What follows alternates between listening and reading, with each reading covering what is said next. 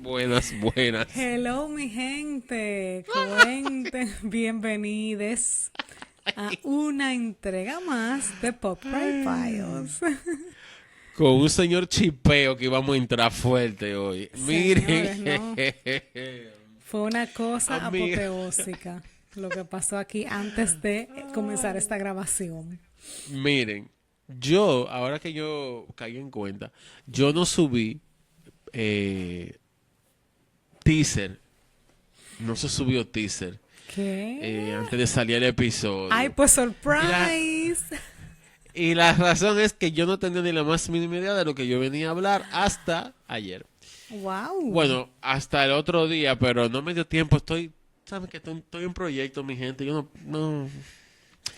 Él no está, puedo. Yo señores, necesito filmando películas con los ricos y famosos. O sea, porque todo es un así podcast mismo. de gente que uno es un Claro. filmmaker, mi amor, Y la otra va de para... el Caribe. Y la otra, ups, y and I ups. ya Bueno, sabrán. ya sabrán. Ya se Stay tuned, enterarán. stay tuned. Venimos con sorpresas Bueno, profesionales. señores, vamos a hablar de uno... Primero vamos para los 90, que tú sabes que es la década que todo Ay, pasó. me encanta. Señor, esa década Y es The Gift vamos That Keeps on Giving.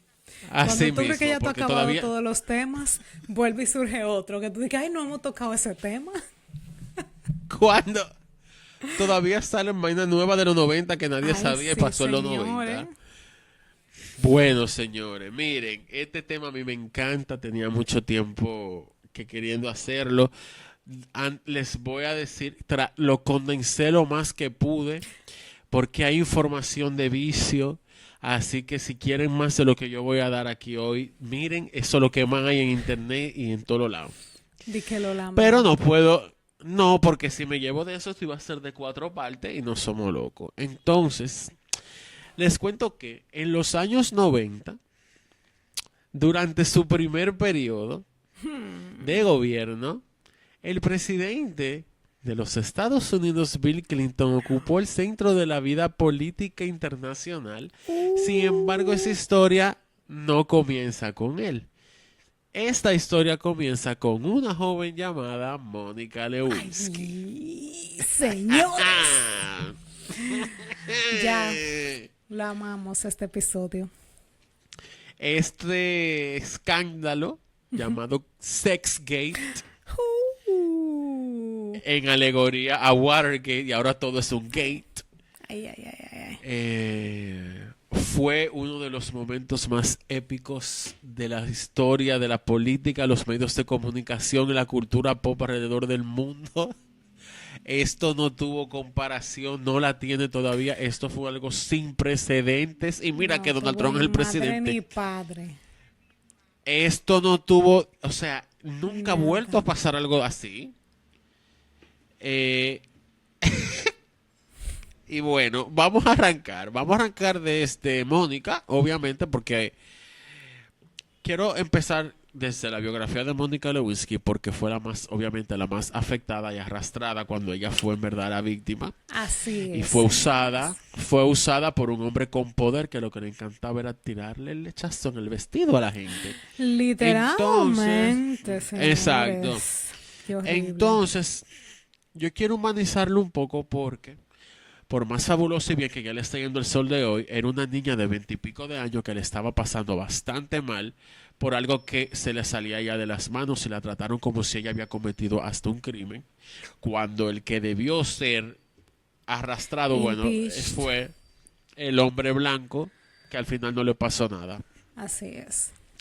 Entonces, Mónica Samil Lewinsky nació el 23 de julio del 73 en San Francisco, California, y creció en el seno de una familia acomodada en Los Ángeles. Ella vivía, adivinen qué vecindario, amiga, ¿En cuál? en Brentwood. No, Y ya tú sabes que había cuarto ahí. ay, Eh, señores. Ustedes saben, ¿verdad? Si no todo lo se saben, vayan conecta. a la temporada número 2 de Pop Crime Files. Eh, Más tarde ellos se mudan a Beverly Hills. Su papá, Bernard Lewinsky, es oncólogo hijo de judíos alemanes que emigraron desde Alemania en la década de los 20, justo a tiempo. Tras ellos primero pasaron por El Salvador, su familia se estableció definitivamente luego en Estados Unidos cuando él tenía 14 años. Su mamá, Marcia Kay Wilensky, es escritora y publica bajo el nombre de Marsha Lewis. En el 96 se escribiría The Private Lives of the Three Tenors, una biografía de corte social. Por la rama materna, Lewinsky desciende de Samuel M. Wilensky, un judío lituano, y de Bronia Poleshchuk, nacida en la concesión británica de Tianjin, en China, en el seno de una familia judía rusa. Sus padres se divorciaron en el 88 y posteriormente cada quien se casó. Ella fue criada dentro de la tradición judía. La familia asistía al Sinai Temple de Los Ángeles y Mónica cursó sus primeros estudios en el Sinai Akiba Academy, vinculada a esta comunidad. Más adelante asistió a la John Thomas Dye School en Bel Air y continuó su educación secundaria en Beverly Hills High School durante 3 años, antes de trasladarse al Bel Air Prep, posteriormente conocida como Pacific Hills School, donde se graduó en el 91. Tras terminar la secundaria, ella ingresó al Santa Monica College, combinando sus estudios con trabajos en el departamento de teatro de Beverly Hills High School y en una tienda de corbatas. Y la guardita corbata. En ese periodo inició una relación con Andy Blayler, quien había sido su profesor de teatro en la escuela secundaria. Más adelante, en 1993, se matriculó en Lewis and Clark College en Portland, Oregon, donde completó sus estudios y obtuvo una licenciatura en psicología en el 95. Ese mismo año, Mónica tenía 21 apenas. Ay, Dios mío. Señor, era una muchachita. Sí. Una niña. Un momento, por favor. Un momento, por favor. Aunque no nos escuche, estemos con usted. Water break, pues sí. Que tenía 21 en el 95, recién graduada del colegio. Se trasladó a Washington, D.C. sin experiencia en política, pero con un recurso valioso en ese entorno: las conexiones. Su madre, claro, su mamá, además de escritora, su mamá formaba parte de círculos sociales influyentes y residía en el complejo Watergate. Exacto. Un detalle que solía mencionar mucho en su entorno. Más determinante aún fue su relación con Walter Kay, un empresario retirado del sector de seguros de New York y generoso donante del Partido Demócrata, quien recomendó a Mónica para una pasantía de verano en la Casa Blanca, una oportunidad difícil de conseguir por vías convencionales. Mónica comenzó su trabajo en la oficina del entonces jefe del gabinete, Leon Panetta. Durante su etapa como pasante se distinguió por una actitud atenta que en ocasiones se confundía con muy complaciente. Tenía el hábito de ofrecer café a miembros del personal, incluso sin que se lo pidieran, y mostraba un interés particular por interactuar con quienes formaban parte del equipo de la Casa Blanca, más que con otros pasantes, claro, porque estúpida no es. Yo hubiese hecho lo mismo. Obvio. ¿Qué voy a estar yo haciéndole con otro jodido pasante? ¿Qué me va a resolver esa vaina a mí?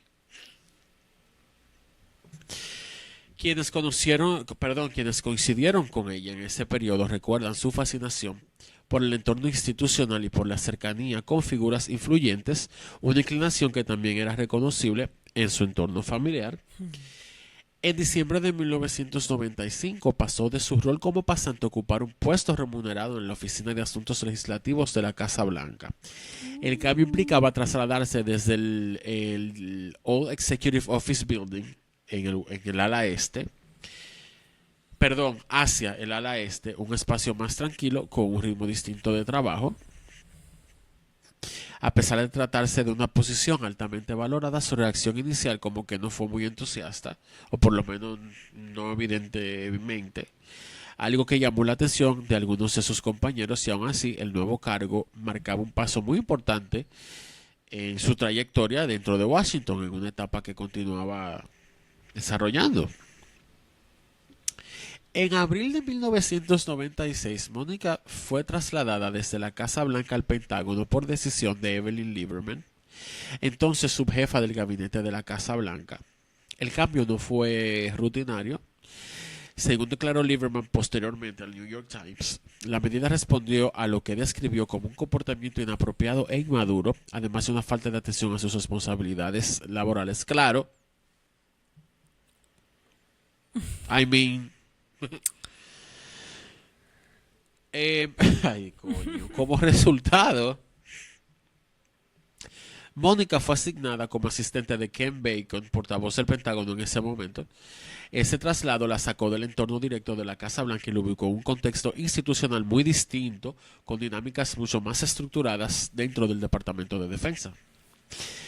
Fue aquí en el Pentágono donde Mónica conoció a Linda Tripp. Anoten ese nombre, el que no se sabe de lío. Dios mío, yo parezco Paulina Rubio dándome perico, bajándome. Oh my goodness. Pero no es perico, señores, por favor. No, yo no me quedo en causa. Pues sí. Antes de seguir, quiero que sepan que hay una serie de eso de Ryan Murphy que se llama Chulísima. Impeachment. Y es I chulísima, loved a it. diferencia de los, sí, a diferencia de los toyos recientes, pero esta está muy accurate porque la produjo Mónica. Así es. Y la Seguimos. jeva que hace de Linda Tripp. Ate Chef's that kiss. shit up. I mean, Paula, Esa misma. Sarah Paulson, Paulson. imagínate. Chef's kiss, señor. Bueno, mi gente, ella conoció a Linda Tripping.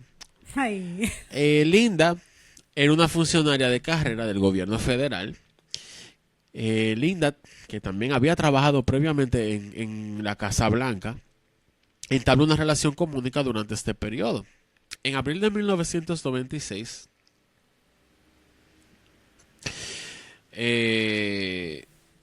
espérense. Ajá, Ay, yo voy a tener que ver la un serie otra vez. momento. Yo la vi hace mucho, pero Yo voy también. a tener que verla de nuevo. Yo también la quiero ver de nuevo.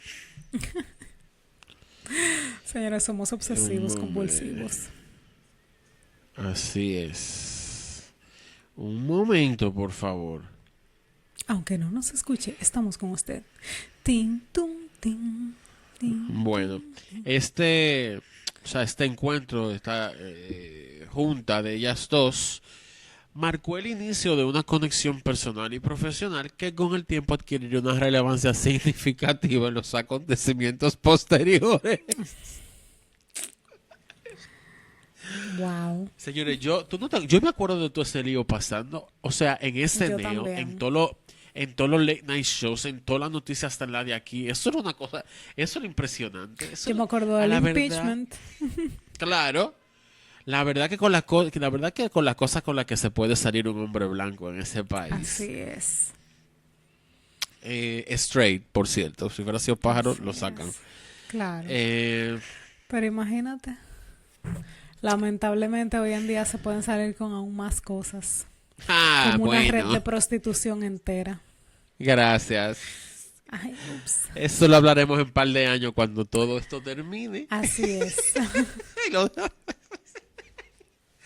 Ay, mi gente. En el verano del 96, Mónica empieza a contarle a Linda Tripp detalles sobre una supuesta relación con el presidente de los Estados Unidos. De los Estados Unidos. Ay.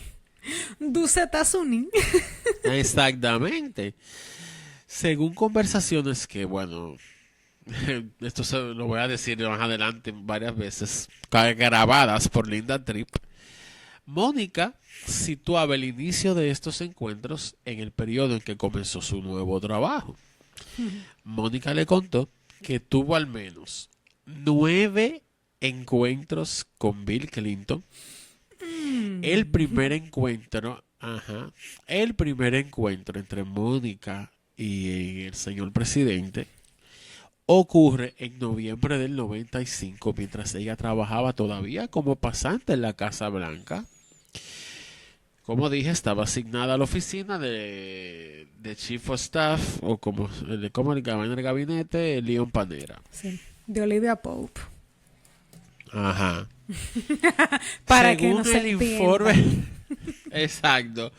Según el informe Star de 1998, la fuente más detallada y oficial de este caso, el acercamiento inicial se produjo en un contexto profesional dentro de la Casa Blanca. Mónica, que en ese momento, como dije, cumplió los 22, ya había 21. cumplido creo que los 22, sí, porque ella entró en abril, cumplió 22 en julio y esto el primero fue en noviembre. Interactuaba ocasionalmente con el presidente en eventos y espacios de trabajo. Lo que pasa es que uno lo ve tan imposible e inalcanzable, pero el que está ahí adentro interactúa con el presidente on a daily basis porque todo el mundo Claro, trabaja con él. claro, pero es bueno que la gente mantenga la edad en su mente. Porque yo sé que cuando nosotros Pero tenemos 21 fuertemente. años, todos nos creemos que somos adultos y que no vamos a comer el mundo por delante. Pero ahora, a nuestros 40 y tantos, decimos, señores, eran 21 años. O sea, esa carajita apenas había comenzado a tomar alcohol. ¿Ok? Gracias. Gracias. El informe Star, perdón, describe que el primer contacto ocurrió cuando Mónica fue presentada a Clinton y comenzaron a intercambiar conversaciones de manera informal. O sea, el primer contacto, no el primer. Eso. Pero el primer encuentro a solas con relevancia personal tuvo lugar después, también en noviembre del 95, en el área cercana a la oficina del presidente. Según el informe, el contacto inicial incluyó un acercamiento físico breve, dígase, parece que fue un beso. Ay, Dios mío. Marcando el inicio de una relación que Con esa posteriormente tallota. Gracias. Bueno, una relación inicia aquí que, bueno, es lo que estamos contando. Varios encuentros privados. El propio informe señala que estos encuentros ocurrieron en la oficina oval, dígase la oficina del presidente, en el estudio privado del presidente, en áreas adyacentes dentro de la residencia ejecutiva. Quiero que sepan también. En el Palacio Nacional. Así La Casa de los mismo. Estados. Que usted y Y yo un det- pagamos con sus impuestos. y un detallito que encontré. 7 de esos 9 encuentros eran con Hillary Clinton alrededor, merodeando. ¿Qué? No, pero la verdad es que Billy. O estaba, así es. Ella lo Billy no hacían, estaba ella estando o en sus oficinas o estando en la casa, pero ellos viven ahí mismo. O sea, una locura total. Billy no estaba fácil y Hillary, mi amor, Es otra estaba arpía, laser pero... focus de que ella quería su presidencia. Exacto. Ay, es muy difícil que se la han puesto. No, imagínate ya la pobre. She missed her chance. Así es, por loca. De acuerdo con fuentes de la Casa Blanca, antes de su traslado, Mónica solía presentarse en eventos oficiales como los celebrados en el Jardín de las Rosas, sin tener un rol asignado, lo que generaba incomodidad en algunos miembros del personal. En ese contexto se buscaban alternativas para reubicarla fuera de ese entorno. La oportunidad surgió cuando el portavoz del Pentágono, como dije, Ken Bacon, solicitó candidatos para el puesto de asistente personal. Desde la oficina de la Casa Blanca se envió únicamente el nombre de Mónica. Ya tú sabes que querían salir de ella, porque la gente no es estúpida tampoco. Claro. Además que tú sabes que lamentablemente la gente del Secret Service tiene el trabajo más duro del mundo porque tienen que controlar a las indiscreciones de los Claro. presidentes. Exacto. Entonces ya Mónica se había convertido en un problema. Aguanta, ¿cómo es? Callarla y aguantarla y todo y todo. Claro. Eh, Sobre aunque todo que ella Bacon, también iba engañada. claro, no sé, o sea, esto fue un clusterfuck de proporciones inauditas. Así es. Aunque Bacon entrevistó a 4 personas, finalmente la contrató en abril del 96, como dije hace un ratito, que fue cuando la mandan para allá, por un salario anual de $30,658 al año, que para 1998 estaba de lo más bien. Eh, Bueno, para esa época, I digo, ¿no? guess, yeah.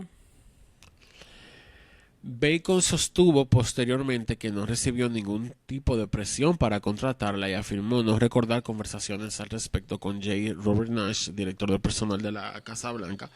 También restó importancia a las críticas dentro del Pentágono sobre la falta de experiencia de Mónica, defendiendo que el puesto requería energía y disponibilidad y que incorporar a alguien joven podría ser beneficioso. A este le dijeron, tiene que llevarte y callarte tu boca y esa es la que te vas a chupar, bye Así bye. Que esta es. tipa tiene que salir de aquí, pero tampoco podemos hacer show. Exactamente. Sin embargo, su inexperiencia sí se hizo notar en el desempeño cotidiano. Periodistas que asistían a las conferencias de prensa señalaban fallos en tareas administrativas, como la gestión de la agenda, la preparación de transcripciones y la atención telefónica. Además, se comentaba que dedicaba una cantidad excesiva de tiempo a llamadas personales. También personas de su entorno laboral indicaban que rara vez hablaba de política, prefiriendo centrarse en aspectos personales como su familia y su estilo de vida, lo que contribuía a una imagen percibida como despreocupada y coqueta. La verdad que... Ay. Algunos funcionarios llegaron a describirla como oportunista y a sugerir que aprovechaba sus conexiones. Yo me aprovechara de mis conexiones también. So what? Esto que yo acabo de decirles es solamente parte de lo que esa muchacha, perdón, esa joven en ese momento tuvo que aguantar. Así mismo. Porque claramente todo esto fueron declaraciones que se dieron después, motivadas por la arrastrada que la prensa ya le había dado y por la como es misogyny, nunca se decía esta mierda en español, el machismo y el privilegio, La mezquindad. la mezquindad que se vive en nuestras sociedades, en este continente completo, desde allá arriba hasta allá abajo. Para tratar de proteger un bendito viejo A un que pelele, estaba haciendo lo incorrecto, a destruyeron un la mojón. reputación de una niña. That's what happened. Seguimos. De carácter, ella era de saber una persona extrovertida y es extrovertida y es muy comunicativa porque Mónica está viva y coleando y le está yendo muy Así bien. es, qué bueno. Muy Eh, perra ella. Y así es, su podcast es fabuloso. Mónica, en verdad, paréntesis, busquen el podcast de Mónica, se van a miar de la risa. Y las entrevistas que ella da también, porque ya ella mira para atrás y lo que hace es burlarse de todo esto. Claro, mi Porque amor, ya porque qué va a ella- hacer, Y además que ella capitalizó esa vaina. Espérate. poco hizo. Mi amor, una mujer muy Yo inteligente. Yo hubiese Qué demandado al bueno. pueblo. Así es. Todo el mundo lleva ahí. Pero bueno, ella la mal Pero asesoraron bueno. también. No, y además que Eh, tú me entiendes, también hay que ponerse en los zapatos de esa familia. O sea, tú tienes una Claro. hija joven que la están atacando estas figuras poderosas y tú quieres que retirarla de esa situación. Ay, hombre. A mí me da Somos mucha pro pena, en Mónica. verdad. A mí me da mucha pena. Cuando haciendo esto y acordando, viviendo vaina, de verdad Sí, la verdad que... que sí. La verdad es que sí, sobre todo porque cuando uno lo vivió escuchando todos los ataques que le hicieron, pero después cuando tú lo ves como adulto, tú dices, coño, era una carajita. O sea, Sépalo. pero Eh, bueno. Así que me alegro que le esté ella... yendo bien. Así mismo. Ella, como estaba diciendo, una persona extrovertida, una persona muy comunicativa y por estas cualidades era muy dada como de esta gente como que no por frecura, sino porque se sienten cómoda compartiendo muchas cosas que quizá otra persona no necesariamente se sienta cómoda compartiendo de su vida con alguien cualquiera que casi no conoce o con un compañero de trabajo. El Washington Post informó que ella comentó a un compañero del Pentágono que había mantenido una relación con un alto funcionario del Departamento de Defensa y pidió consejo porque, según decía él, había perdido interés. Perdón, porque según decía, él había perdido interés. Disculpen. Estoy emocionado. Al mismo tiempo, circulaban comentarios sobre otra relación no identificada, que era motivo de bromas entre colegas, para quien solía, bueno, una relación para la que ella solía comprar regalos, incluyendo puros durante un viaje oficial a Europa. Los jodidos puros también bailaron. Gracias. Diversos reportes también indicaban que adquiría obsequios que luego eran enviados a la Casa Blanca. En su oficina mantenía una fotografía junto al presidente, un gesto habitual en empleados públicos, aunque acompañado de comentarios que despertaban mucha curiosidad. Un funcionario recordó que al ver una aparición del presidente en televisión, Mónica comentó que ella le había regalado la corbata que él estaba usando. Ay, ella tampoco se ayudó, pero bueno. Yeah. Era la inexperiencia, la juventud y el hecho de que la usaron. También es verdad. En otra conversación con Linda Tripp afirmó, ay, ay, ay, Esa linda, la verdad, Con es ser- una desgracia. ya se murió. Era, Eh, fue. ella le dijo a Linda, mana, yo tengo un vestido relacionado con este encuentro y tiene semen del presidente. Y se supone que ella no tenía intención de lavarlo. Otras fuentes dicen que fue Linda que le dijo que no lo lavara. Lo que sí se sabe es que Linda le aconsejó que no botara nada de lo que el presidente le había regalado Ay, papá. o que tuviese conexión con toda esta situación. En agosto de 1997, Linda Tripp relató haber presenciado un episodio que más tarde adquirió bastante relevancia en el contexto que rodeaba a en la Casa Blanca. Según su testimonio, vio a Catherine Willie, Willie, salir de la oficina oval en un estado que describió como desarreglada, con el rostro enrojecido y el maquillaje corrido. Posteriormente, esta chica Catherine, esta señora, acusaría al presidente de conducta inapropiada. Dentro de ese entorno legal del mandatario, estas afirmaciones fueron cuestionadas. El abogado Bill Bennett sostuvo públicamente que Linda no era una fuente fiable. Ay, Dios mío. Claro. Ahora O no sea, lo la era. loca es ella. Exacto. Para eso no lo era, para No. todo lo otro sí. Para entonces Linda mantenía una relación cercana con Mónica, claro. Como dije, le confiaba todo con frecuencia. El Tuti. 18 de septiembre del 97, Linda informó a su amiga, la agente literaria Lucian Goldberg, sobre estas conversaciones con Mónica. Esa maldita perra, loco. Mira, Ay. tú sabes que estas son el tipo como de historia que tú pasas por todas las emociones. Como que, men, ya la carajita le están haciendo todo esto. ¿Por qué tú tienes que hacer esa vaina? Claro. Esta tipa, la Goldberg, fue la que entonces le sugiere a Linda grabar en secreto las conversaciones con Mónica Lewinsky. Y la Linda empezó a hacerlo ese mismo mes. Eso le trajo su lío después, pero lo No hizo. perdió tiempo.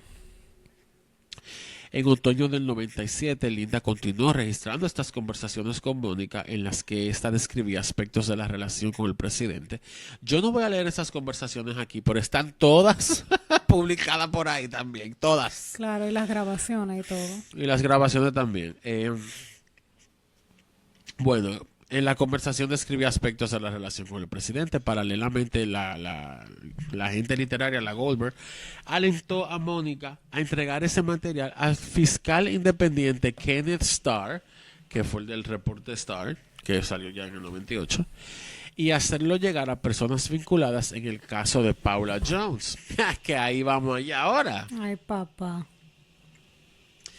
También comenzó a conectar, a conectar con periodistas, entre ellos Michael Isikoff de Newsweek, para informar sobre la existencia de estas grabaciones. En octubre del 97, según reportó Newsweek, Linda se reunió en Washington con Michael Isikoff, Lucien Goldberg y Jonah Goldberg en el apartamento de Jonah Goldberg.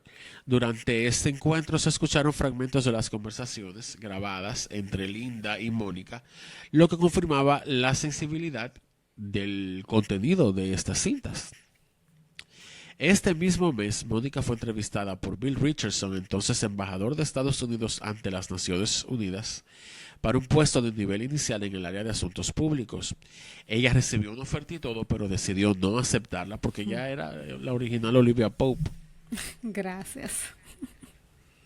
De que Olivia Pope fue inspirado en ella. Ajá. Mencioné a Paula Jones hace un rato. El caso de Paula Jones estaba avanzando en paralelo ya en este momento. El 21 de... Yo lo voy a explicar mejorcito en un momento, lo de Paula Jones. El 21 de noviembre del 97, los abogados de Jones contactaron a Linda Tripp, quien les informó por primera vez sobre la existencia de Mónica. El 24 de noviembre, Linda fue formalmente citada como testigo en este proceso. Paula Jones es una mujer que acusó a Bill Clinton mientras todo eso estaba pasando, de haber tenido comportamiento sexual inapropiado hacia ella cuando él estaba en su campaña en 1991, y obviamente esto fue un mega escándalo. Imagínense, con este escándalo puesto, que venga este otro encima. Gracias. Y aún así a Ámbar no le pasó nada. Pues sí. No. En diciembre del 97, la cosa se empieza como a acelerar. El 8 de diciembre, Betty Curry, secretaria personal de Bill Clinton, pidió a Vernon Jordan, amigo cercano de Bill Clinton, que ayudara a Mónica a encontrar empleo en Nueva York. 3 días después, el 11 de diciembre, Mónica se reunió con Jordan, quien le proporcionó varias referencias y oportunidades de trabajo. El 17 de diciembre, Mónica fue citada formalmente por los abogados de Paula Jones. Ese mismo día, el presidente se comunicó con Mónica para informarle que su nombre figuraba en la lista de testigos del caso de Paula Jones, porque también descarado la vas a llamar. Wow. Después, el 28 de diciembre del 97, tuvo lugar lo que fue, o lo que sería, la última visita de Mónica registrada a la Casa Blanca. Según los registros oficiales, fue acreditada por Betty Curry y, de acuerdo con diversos reportes, mantuvo un encuentro privado con el presidente. En ese contexto se ha señalado que él le habría sugerido ser evasiva en sus respuestas dentro del proceso legal en curso, un punto que posteriormente fue objeto de mucho escrutinio. Ese mismo mes, Mónica dejó su puesto en el Pentágono mientras la situación continuaba evolucionando en el ámbito legal, político y mediático, marcando el inicio de una fase aún más compleja de todos esos acontecimientos.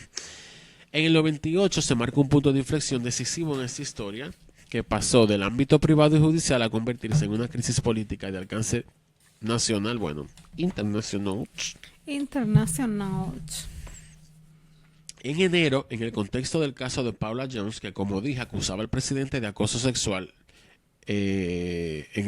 algo que alegadamente pasó en el 91, o no sé en qué quedó ese lío, no me acuerdo ahora, Mónica firmó el 7 de enero una declaración jurada en la que negaba haber mantenido cualquier relación sexual con el presidente. Los abogados de Jones habían llegado hasta ella tras recibir una pista anónima con la intención de demostrar un patrón de conducta inapropiada de este señor en su entorno laboral, además del abuso de poder. Pocos días después, el 12 de enero, el fiscal independiente Kenneth Starr, quien hasta entonces investigaba el caso Whitewater y otros asuntos relacionados con los Clinton, porque que no son fáciles ninguno de los dos, recibió más de 20 horas de grabación de conversaciones telefónicas. Ay, Dios mío. Gracias. Esas cintas entregadas por Linda Tripp contenían declaraciones de Mónica que contradecían directamente el affidavit que ella firmó. Que nadie la El 13 asesoró de en esa enero, vaina. nadie. Esto fue, o sea, aquí todo tuvo mal.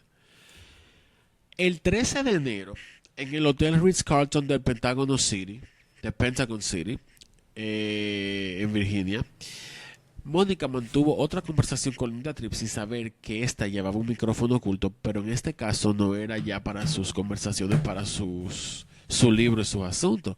Era un micrófono que le había puesto el FBI, actuando bajo instrucciones vinculadas a la investigación del fiscal Starr. Para entonces la situación ya había escalado considerablemente, ya esto no era algo que estaba rumorándose y esto estaba saliendo en todos los sitios. Fuertes rumores ya estaban llegando a los medios, etcétera, etcétera. Pues el 16 de enero, un panel de la Corte de Apelación autorizó formalmente al fiscal Starr a ampliar su investigación para incluir las acusaciones relacionadas con Mónica, con el objetivo de determinar si había mentido bajo juramento, dígase, en el affidavit que ella firmó. Ese mismo día, Linda Tripp informó a los abogados de Paula Jones sobre la relación de el Prezi y la Mónica. Gracias. Pero el 16 de enero del 98 fue un día también muy importante en todo este show. Se convirtió en uno de los días más decisivos en la vida de Mónica Lewinsky y en el desarrollo de esta investigación, que como dije ya estaba alcanzando niveles nacionales. Esa mañana del 16 de enero, el fiscal Kenneth Starr dio un paso clave, se puso en contacto con la fiscal general Janet Reno, que TBT ese nombre, para solicitar autorización formal que le permitiera ampliar su investigación. Hasta ese momento su labor se había centrado en el caso Whitewater y otros asuntos relacionados, pero ahora buscaba incorporar posibles delitos de inducción al perjurio y obstrucción de justicia vinculados al caso de Paula Jones.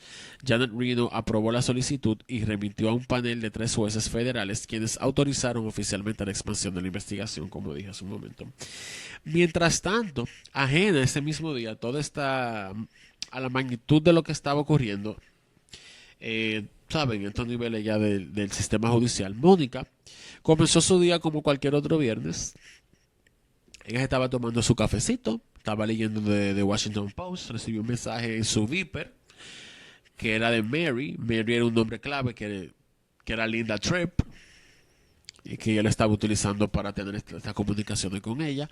Mónica le devolvió la llamada de inmediato con la esperanza de que Linda finalmente estuviera dispuesta a firmar una declaración que aclarara la situación para ambas. Linda le explicó que tenía previsto reunirse ese mismo día con su abogado y que quería verla antes de... Bueno, la quería ver para primero y después ya iba a discutir el tema de esta declaración y todo este asunto con el abogado. Acordaron encontrarse en el centro comercial de Pentagon City a las 11 de la mañana. Sin embargo, un poco después, un nuevo mensaje retrasó las citas a las 2:45 p.m. Cambio que Mónica aceptó sin sospechar absolutamente nada. Wow. Esa no fue la única llamada importante de esa mañana. Recibió otra comunicación, esta vez de Kay, el nombre en clave utilizado por Betty Curry, la asistente personal del presidente. Curry le transmitió o le hizo saber que el presidente estaba al tanto de preguntas realizadas por periodistas, especialmente el Michael Isikoff de Newsweek, que sugerían que la historia comenzaba a salir a la luz. El mensaje era claro, debía guardar silencio. Mónica pidió que le desearan buena suerte al presidente, consciente de que al día siguiente debía declarar bajo juramento en el caso de Paula Jones. Tras terminar su café, ella dice, bueno, déjame aprovechar el tiempo antes de la reunión para comprar unas cajas de embalaje, porque acuérdate que ella se iba a mudar a Nueva York para el trabajo que le habían conseguido. En su mente ella tenía la esperanza de que si Linda y el presidente mantenían como sus versiones, la vaina se iba a aclarar. Pues ella llegó al mall temprano, se detuvo cerca de un restaurante de sushi, estaba ahí leyendo una revista. Ella comienza como a sentirse un poco mal, como que le empieza a dar mucha ansiedad y náusea.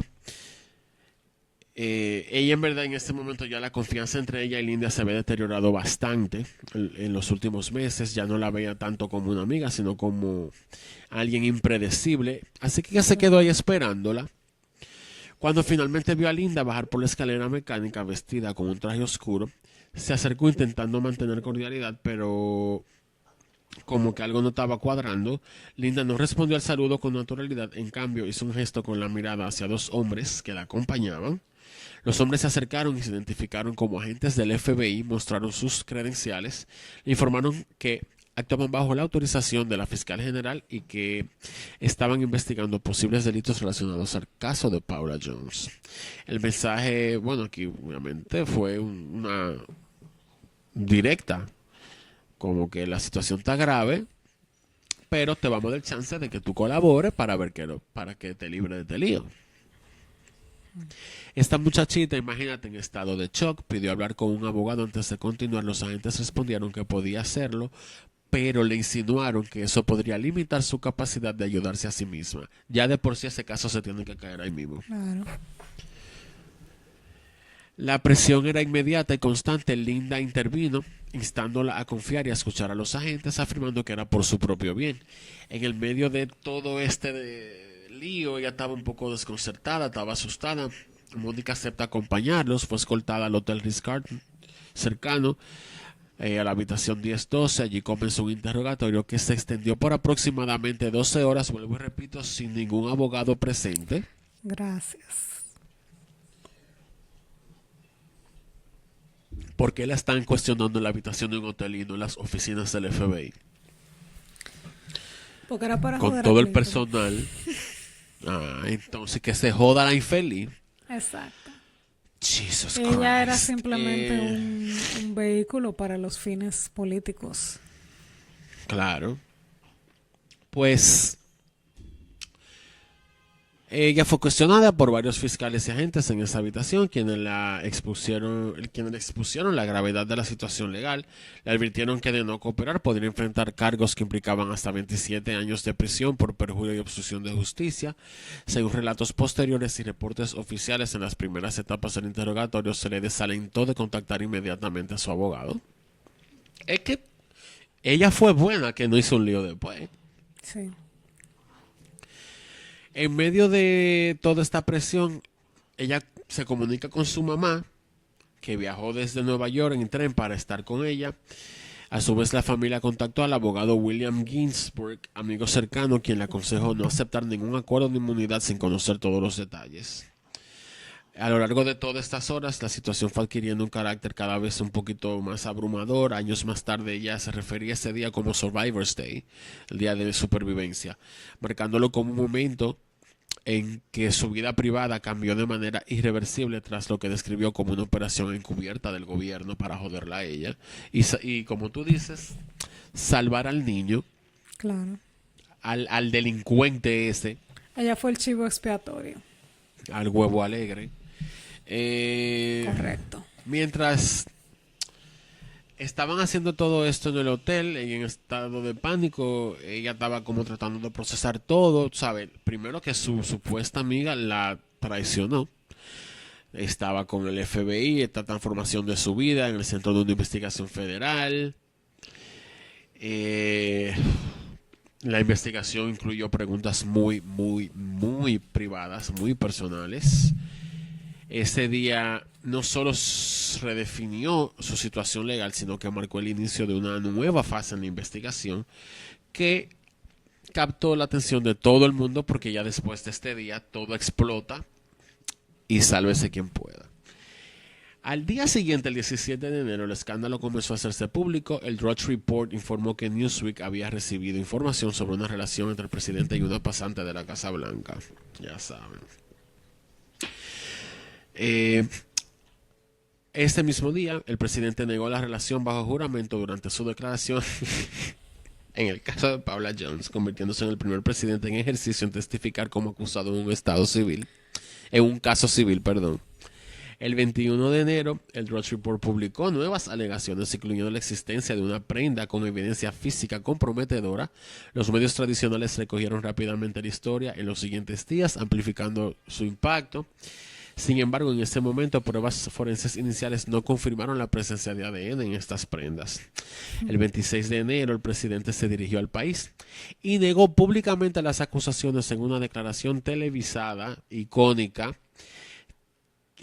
Afirmó que no había tenido relaciones sexuales con Mónica Lewinsky. I did not have sexual relationships with this woman. Yes, you did. Imagínate, después tuvo que aclarar que él se refería a penetración. Ajá, que para él el sexo era penetración. Exacto. Ay, Dios mío.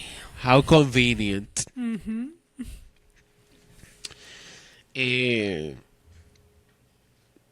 Al día siguiente, el 27, la primera dama Hillary Clinton calificó las acusaciones como parte de una vasta conspiración política en una entrevista televisiva. Mira, buena loca, si está todo el mundo jodiendo a la carajita para salvar al marido tuyo. Ay, mi. Ese mismo día, Andy Blaylock, ex profesor de Lewinsky, con el que ella tuvo una relación, hizo declaraciones públicas sobre comentarios que ella le habría hecho en el pasado acerca del presidente. Why? ¿Por qué que la gente tiene que salir de la nada, traer colación vaina vieja? Me da pica porque están actuando como que Mónica cometió un crimen. She didn't. She was used. El 29, la jueza federal Susan Weber Wright dictaminó que el asunto Lewinsky no puede incorporarse al caso de Paula Jones al considerar que no era esencial para los puntos centrales de ese litigio. Por lo menos una persona ecuánime en todo este show. En febrero, la presión política continuó en aumento. El 6, el presidente declaró públicamente que no tiene intención de renunciar. El 10 de febrero, Marsha Lewis, madre de Mónica, compareció ante un gran jurado y fue interrogada durante varios días. Posteriormente recibió inmunidad a cambio de entregar una prenda considerada evidencia clave. Al día siguiente, el 11 de febrero, un ex agente del servicio secreto afirmó haber visto al presidente y a Lewinsky a solas, siendo el primero en hacerlo públicamente. Para marzo, nuevas acusaciones emergieron. El 15 de marzo, Catherine Whaley declaró en el programa 60 Minutes que el presidente había tenido un comportamiento inapropiado con ella en el 93 cuando la encontró Linda saliendo toda desguabinada de su oficina. Bueno, Linda la encontró después, porque ya Mónica incluso creo que estaba, o no sé. Bueno, no, porque Linda estaba en el 93, la verdad. En las semanas siguientes, otras mujeres presentaron acusaciones similares. El 21 de marzo, el presidente intentó invocar el privilegio ejecutivo para evitar que sus asesores testificaran. En abril, el 1 de abril, la demanda de Paula Jones fue desestimada por falta de pruebas. Qué maldito tollo todo. Aunque posteriormente sería apelada. El 29 de abril, la jueza Norman Holloway Johnson rechazó el argumento de que Mónica tenía un acuerdo de inmunidad vigente, ya que este no se había formalizado completamente. Al día siguiente, el presidente evitó profundizar en el tema en una conferencia de prensa. El 5 de mayo, el abogado de Mónica anunció una sesión fotográfica para Vanity Fair Can, argumentando que su clienta necesitaba recuperar su bienestar emocional. El 22 de mayo se determinó que agentes de servicio secreto debían testificar ante el gran jurado también. Para el mes de junio, a principio, el 2 de junio, los abogados de Bill Clinton abandonaron su intento de invocar el privilegio ejecutivo. No relajen. Este mismo día, Mónica cambió su equipo legal, incorporando nuevos abogados que iniciaron conversaciones con la fiscalía. A mediados de junio, la publicación de fotografías de Mónica en Vanity Fair generó una fuerte reacción pública, obviamente. Pero ella lo dio todo, yes. El 17 de julio, varios agentes de servicio secreto comparecieron ante el gran jurado y el presidente fue formalmente citado a declarar. El 27 de julio, Mónica se reunió con los fiscales de Nueva York y al día siguiente se anunció un acuerdo de inmunidad. El 29 de julio, el presidente aceptó testificar voluntariamente. Para el 3 de agosto se tomó una muestra de sangre del presidente para pruebas de ADN. El 6 de agosto, Mónica comenzó a declarar ante el gran jurado. El 17, el presidente testificó durante más de 4 horas y posteriormente, en un discurso televisado, reconoció haber tenido una relación inapropiada, asumiendo su responsabilidad personal. Ridículo. Ridículo, exacto. El 9 de septiembre, el Congreso recibió el informe de Ken Starr, un documento de, lo pueden buscar también, 445 páginas acompañados de miles de páginas de evidencia. O sea, el reporte tiene 445 páginas, pero el archivo de evidencia tiene miles de páginas. El 11 de septiembre, el informe fue hecho público junto con transcripciones y videos. El 14 de septiembre, las encuestas mostraban altos niveles de aprobación presidencial prese a la crisis. Yo te digo a ti, si hubiese sido Obama, lo quitan a golpe de esa silla. Así es, pero dime, no sé ni por qué nos sorprendemos. O sea, tenemos un convicto de 34 crímenes como presidente, Que todavía no entiendo por qué lo acusado dejaron de su presidente, pero participar en que una red de prostitución. de tráfico y de menores. Pues bien. Ok. En octubre se publicaron las transcripciones de las conversaciones entre Linda y Mónica. El 5 y 8 de octubre el Congreso inició formalmente el proceso de investigación para un posible juicio político, a.k.a. el impeachment de este señor. En noviembre, las elecciones legislativas mostraron resultados inesperados con avances del Partido Demócrata. El 13 de noviembre, el presidente resolvió extrajudicialmente el caso de Paula Jones porque ella apeló y él tuvo que al final darle un dinero Obvio. porque, well, you know what you did. En diciembre, bueno, el 11 y el 12 de diciembre, el Comité Judicial aprobó cargos formales en contra de Bill Clinton. El 19 de diciembre, la Cámara de Representantes votó a favor del juicio político contra el presidente por perjurio y obstrucción de justicia, a pesar de que el presidente dijo que no iba a renunciar tampoco otra vez. Bueno, esa es su A- prerrogativa. Claro. A comienzos del 99, el proceso continuó en el Senado. El juicio se desarrolló entre enero y febrero, concluyendo el 12 de febrero del 99 con la absolución del presidente en ambos cargos. Yo te digo a ti. Wow. Señores, Mira, this is America. wow. En cuanto a la Linda, tras su papel protagónico en todo este mega show, ella tuvo consecuencias legales, controversias públicas y su reputación obviamente estuvo profundamente polarizada. Durante el periodo en que grabó en secreto sus conversaciones con Mónica Lewinsky, Linda residía en Hickory Ridge, Maryland. Esas grabaciones, que se hicieron sin el consentimiento de Mónica, generaron una fuerte reacción política en el estado. De hecho, 49 legisladores demócratas de Maryland firmaron una carta solicitando formalmente que Linda Tripp fuera procesada bajo la estricta ley estatal contra escuchas ilegales. Claro. El caso avanzó. Wiretap law. Exacto, el caso avanzó, pero encontró obstáculos. Antes del juicio, un tribunal estatal determinó que gran parte de la evidencia que la fiscalía pretendía usar era inadmisible debido a los acuerdos de inmunidad establecidos por la Oficina Fiscal Independiente con varias figuras claves, entre ellas la propia Linda Tripp y Mónica Lewinsky. Eso debilitó considerablemente la acusación. En una audiencia previa, la fiscalía intentó reforzar su caso, llamando a Mónica como testigo, con el objetivo de demostrar que su testimonio contra Linda no estaba contaminado por investigación federal. Sin embargo, ahí el tribunal rechazó su credibilidad, surprise, surprise, señalando que Mónica había admitido haber mentido bajo juramento en un procedimiento federal y que su testimonio estaba comprometido. El juez concluyó que su declaración estaba contaminada de manera inadmisible, lo que dejó a la fiscalía sin una base sólida. Como resultado, el 26 de mayo del 2000, todos los cargos contra Tripp fueron desestimados cuando la fiscalía decidió no continuar con el caso. Paralelamente, salió a la luz una controversia relacionada con su pasado. En el 69, con 19 años, Linda había sido arrestada en Greenwood Lake, en Nueva York, acusada de robar dinero en efectivo y un reloj. Sin embargo, sus cargos fueron desestimados antes de llegar a juicio. Años más tarde, al completar formularios de seguridad para el Departamento de Defensa, respondió negativamente a la pregunta de si había sido arrestada o acusada de un delito. Porque loca.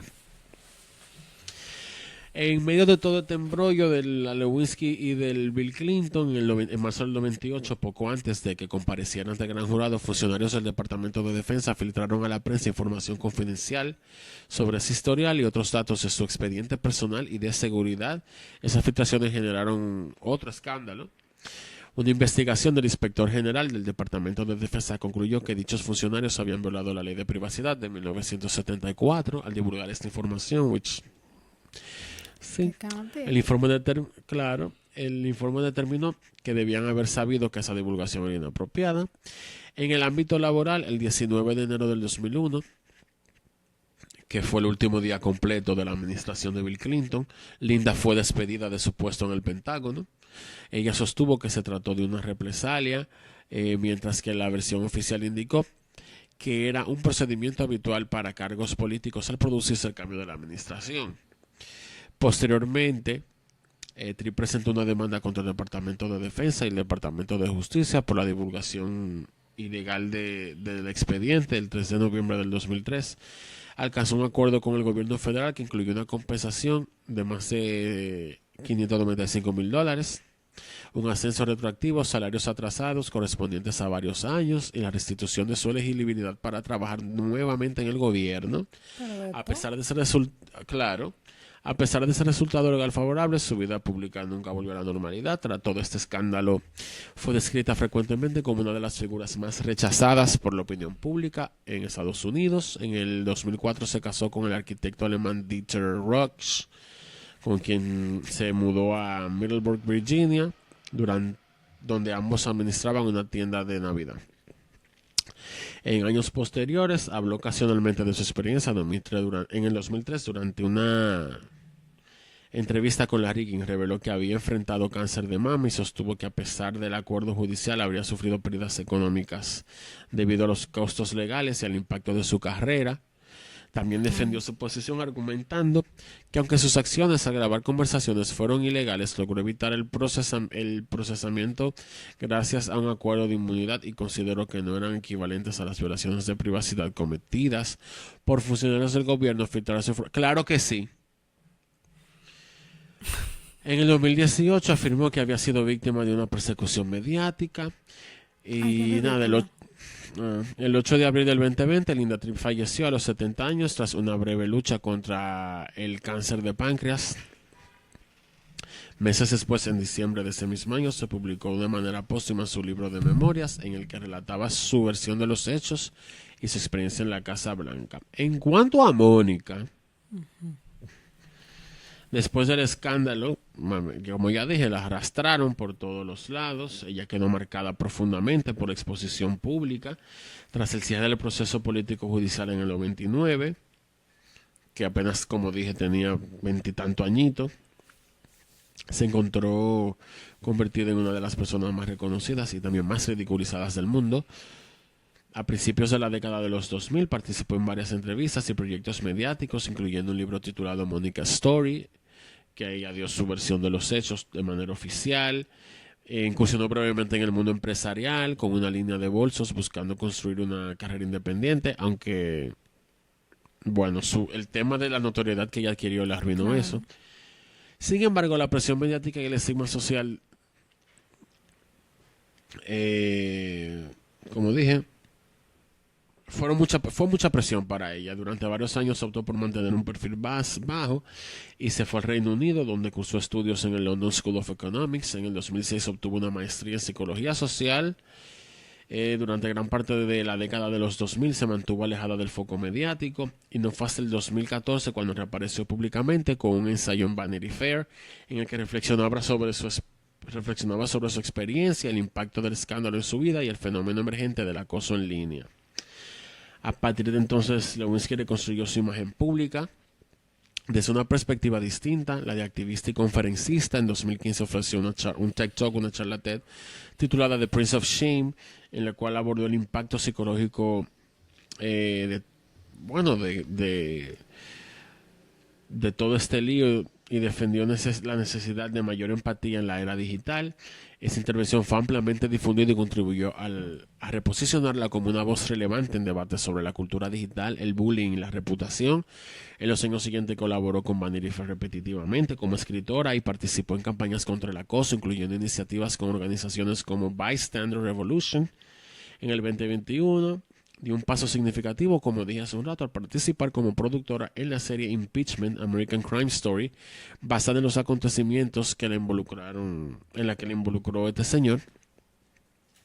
Y con el paso del tiempo, la percepción pública sobre ella ha evolucionado bastante. Hoy en día es una persona, yo creo que hasta respetada, porque creo que todos nos hemos dado cuenta que ella fue Fue una utilizada víctima, para muchas claro. cosas, exactamente.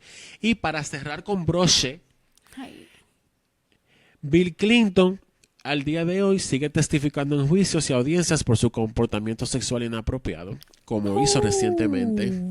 Papá. Eh, y nada, esto fue Sexgate, la Ay. historia de Mónica Lewinsky y Bill Clinton.